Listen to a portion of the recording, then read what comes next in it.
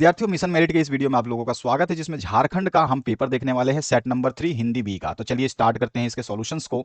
तो पहला जो है आपको खंड क दिया गया है, जिसमें आपको अपठित बोध देखने को मिलेगा, जिसमें आपका एक गद्यांश दिया गया है। इस गद्यांश को पढ़ने के बाद में आपको आंसर्स देने हैं। तो छोड़ो मत अपनी आन शीस कट जाए, इस तरह से जो है आपको पूरा का पूरा पैराग्राफ समझ लेना है एक बार, और समझने के बाद जो है इसके आंसर्स को देने हैं। तो चलो पहले क्वेश्चन की बात करें। यहाँ पहला क्वेश्चन पूछा गया है, 2 बार नहीं यमराज कंठ धरता है। 2 बार यमराज जो है कंठ नहीं धरता, पंक्ति का आशय क्या हो सकता है ये आपको बताना है।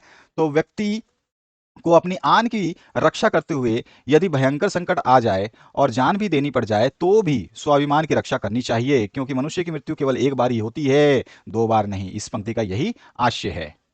दूसरे प्रश्न में पूछा गया है, व्यक्ति को अत्याचार के आगे नहीं झुकना चाहिए। इस कथन को किन पंक्तियों में स्पष्ट किया गया है? तो यहां पे आ जाएगा, इस तथ्य को निम्नलिखित पंक्तियों में स्पष्ट किया गया। कौन सी पंक्तियां हैं वो तो पंक्तियां हम बता देंगे।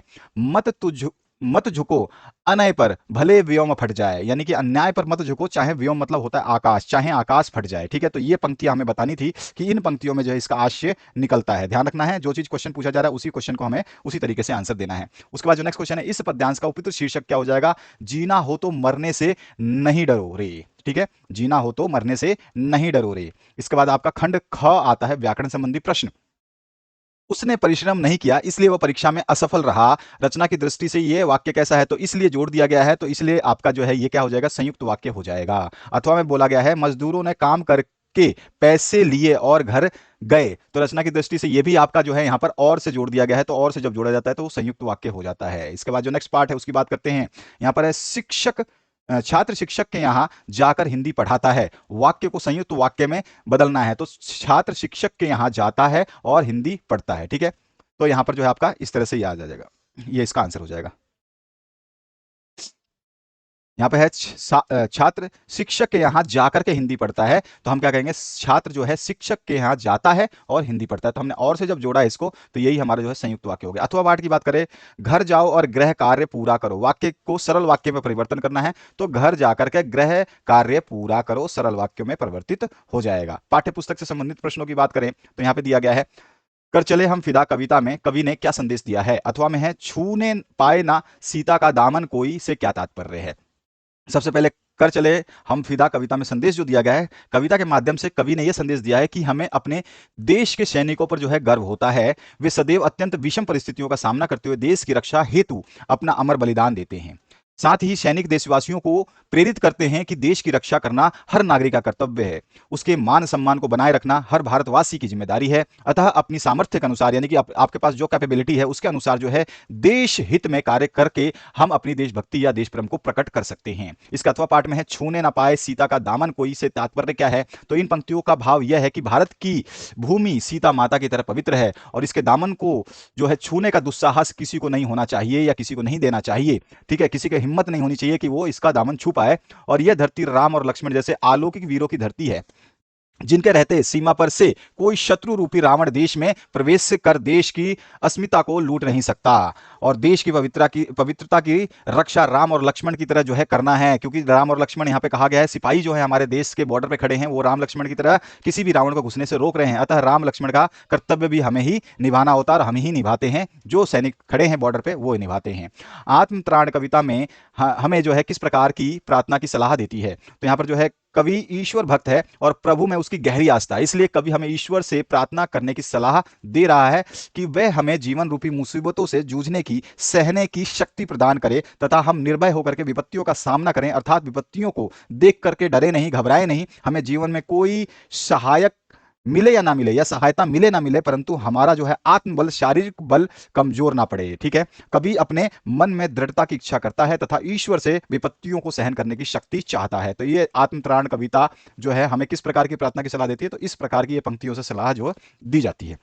गिरगिट कहानी के माध्यम से समाज की किन विसंगतियों पर व्यंग किया गया है? अथवा में है, प्रकृति की सहन शक्ति की एक सीमा होती है। प्रकृति के गुस्से का एक नमूना कुछ साल पहले मुंबई में देखने को मिला था। इस पंक्ति का क्या आशय है, स्पष्ट कर देना। सबसे पहले गिरगिट कहानी के माध्यम से समाज की क्या क्या व्यंग किया गया? तो गिरगिट कहानी के माध्यम से समाज के अनेक विसंगतियों पर व्यंग किया गया है, जैसे भ्रष्टाचार, रिश्वतखोरी, चापलूसी और भाई भतीजावाद जो है, अपने चाचा का लड़का है, चल उसको यार नौकरी पे रख ले, उसको काम पे रख ले, उसको उस जगह पे रख ले, ये होता है ना, आप जानते हो अच्छी तरह से। अवसरवादिता आदि जो है इस पे व्यंग किया गया है। और कानून रहते हुए भी लोगों को चापलूसों के कारण जो है अन्याय का सामना करना पड़ता है, क्योंकि चापलूस हमेशा ऊंचे पद पर बैठते हैं, क्योंकि चाटते चाटते पहुंच जाते हैं। चापलूस उन्हीं को बोलते हैं जो चाटते हैं। चाटने का मतलब हो गया कि उनकी वो जो है कहते हैं ना कि तेल लगाना, सिंपल सी बात ये है, सिंपल वर्ड में हम बोलें कि बहुत ज्यादा मक्खन लगाना, तेल लगाना, जिसको आज की भाषा में तेल लगाना बोला जाता है, ठीक है।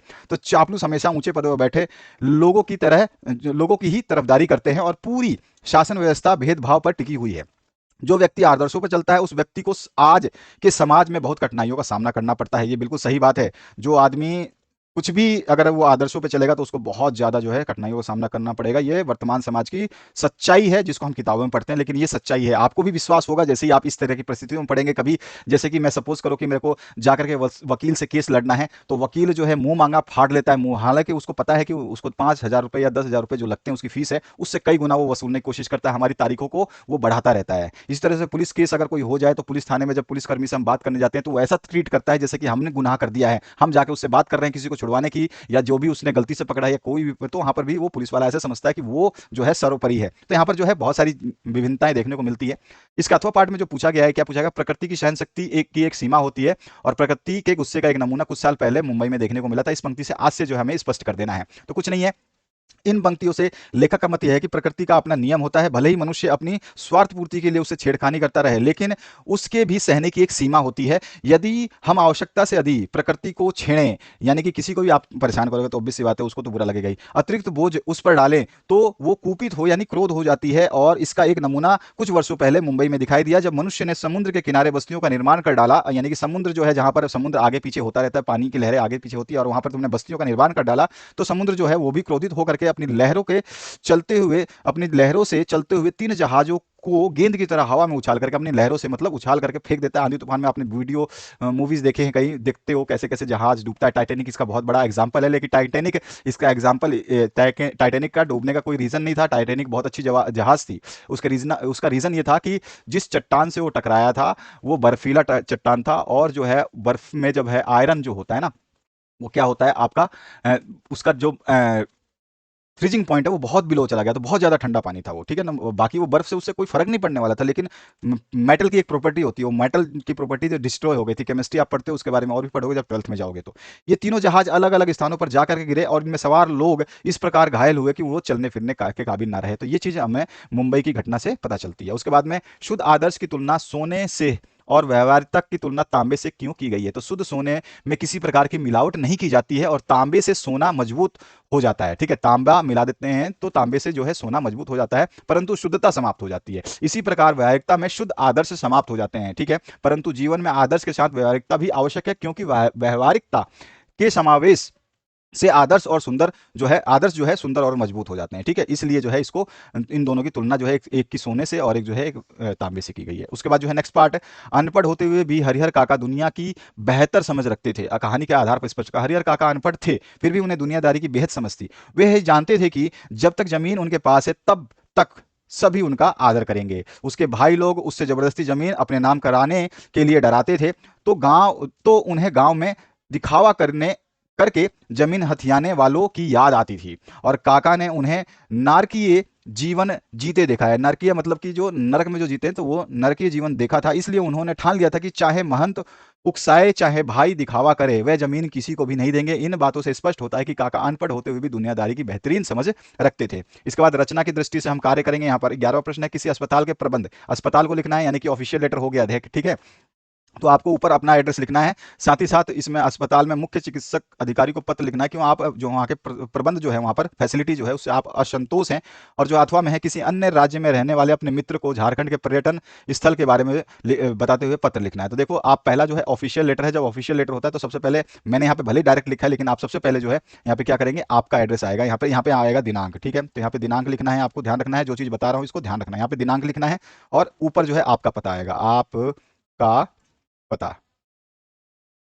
आपका पता आएगा यहाँ पे, ठीक है। जैसे मान लो 1/3 पब्लिक गार्डन, बिलासपुर, ठीक है, जो भी आपको बताना है, और दिनांक लिख दिया, जैसे भी आज का डेट है तो आज का डेट डाल दिया। फिर सेवा में लिख करके मुख्य चिकित्सक अधिकारी सिविल अस्पताल, जो भी आपको अस्पताल के बारे में लिखना है, महोदय करते हुए जो भी आपको संतुष्टि करते हुए वहाँ पे जो भी आपको संतोष प्राप्त नहीं हुआ वो प्रबंध को शिकायत कर देंगे कि यहाँ पर जो है ये समस्या है, तो इसमें मैंने सारी समस्याएं उजागर की हैं, पढ़ोगे तो समझ में आएगा। इसके बाद जो है यहाँ पर झारखंड के किसी पर्यटन स्थल के बारे में जो है आपको बताते हुए पत्र लिखना है, ठीक है। तो यहाँ पर हम झारखंड के बारे में जो है बताते हुए पत्र लिखें। देखो यहाँ पर जो ये नीचे एड्रेस लिखा है ना, ये एड्रेस ऊपर आएगा, ऊपर आएगा, जहां पर मैंने आपको अभी बताया है वहां आएगा, ठीक है। कहां पर आएगा? इस जगह पे, इस जगह पे वो एड्रेस आएगा, ध्यान रखना है दिनांक के साथ में। तो ये पूरा का पूरा जो है ये एड्रेस आप उठा करके ले जाओगे ऊपर की तरफ, ठीक है, ध्यान रखना।